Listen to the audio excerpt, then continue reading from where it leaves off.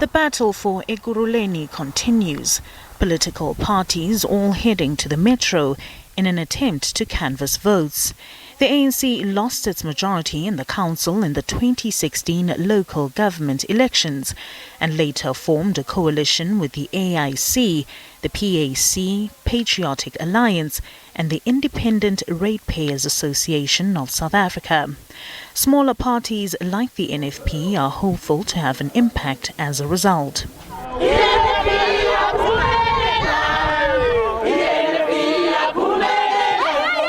The party took its campaign to Mazibuko Hostel as part of its final push to garner support.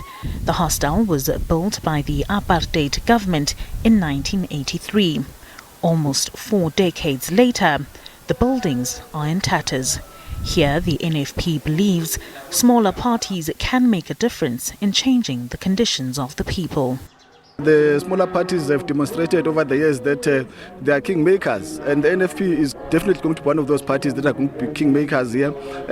We are not going to lie to ourselves and say we are going to win Ekurhuleni, but definitely we are going to be a kingmakers. We are going to be one of the parties that whoever that is going to get a majority of votes is going to come to us and beg the NFP to work with them, and we would be willing to work with anyone except the corrupt political parties. We're not going to be in a coalition with any corrupt organization. Ekurhuleni, under the ANC-led coalition, received a clean audit from the Auditor General for the 2019-2020 financial year. Mayor Mzwandile Masina has been praised by his party for the running of the metro. Head of elections for the ANC, Fikile Mbalula, hailed Masina as an example of good governance.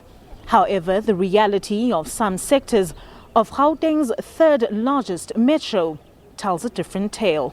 The conditions are dire. Water drips from the dilapidated roofs. Men and women share a makeshift bathroom, circumstances that the municipality has committed to change, but residents describe them as empty promises. 20 years. I have about 20 years of living here, being promised that this hostel was going to be built. This hostel was built in 83. As you see, it is in the state. It's always like this. We are always being promised that it will be rebuilt. Plans will be made to rebuild and they don't do it. The roofs are blown away. People are promised that their homes will be fixed and it never happens.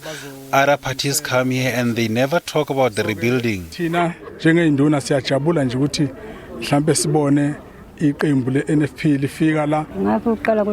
I've been here for too long. Whether I vote or not, there is no help. The houses we live in are in bad conditions.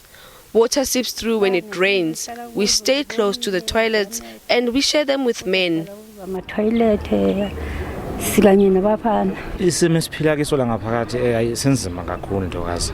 The situation we find ourselves in is very difficult because the hostel is too old now. It's been years being promised that it will be rebuilt.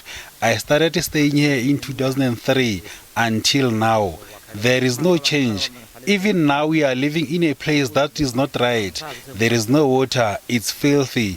There is rubbish inside and there are no roofs in some places. The windows are broken. It has cracks in many places.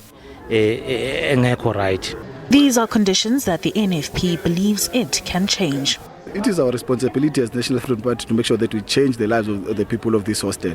We are going to make sure that as we are going to co-govern in Ekurhuleni, we are going to make sure that we change the lives of the people. We are going to renovate this hostel. Actually, we are going to demolish it and start it afresh because it's not conducive for a good living condition. It's unhealthy.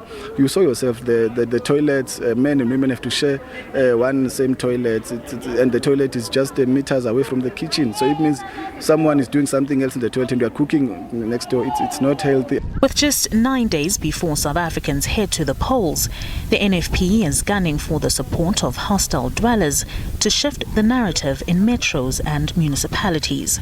Residents are hopeful that the party will bring long-awaited change to them, giving them decent living conditions and restoring their dignity. Zoleka Kodashe, SABC News, Johannesburg.